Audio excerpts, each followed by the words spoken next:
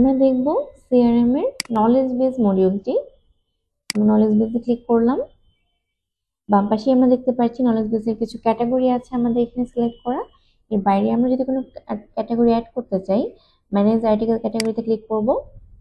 এখানে আমরা আমাদের মতো ক্যাটাগরি নেমটা অ্যাড করে সেভ করে দিলেই কিন্তু আমাদের বাম পাশে ক্যাটাগরিটা চলে আসবে। নতুন করে কোনো আর্টিকেল যদি আমরা অ্যাড করে রাখতে চাই, অ্যাড নিউ আর্টিকেলে ক্লিক করব। আমরা একটি হেডিং দিয়ে দিব। আর্টিকেল ক্যাটাগরি সিলেক্ট করে দিতে পারবো আমাদের অ্যাড করা ক্যাটাগরিগুলি থেকে। কোনো ডিসক্রিপশন অথবা ফাইল আপলোড করে রাখতে চাইলে সেটা আমরা এখান থেকে আপলোড করে রাখতে পারবো।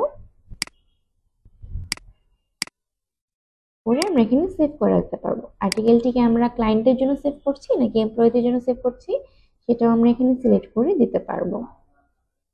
আর্টিকেল থাকলে আমাদের ক্লায়েন্ট অথবা এমপ্লয়িরা তারা তাদের নলেজের জন্য খুব জলদি এখান থেকে এসে তাদের নলেজ গ্যাদার করতে পারবে।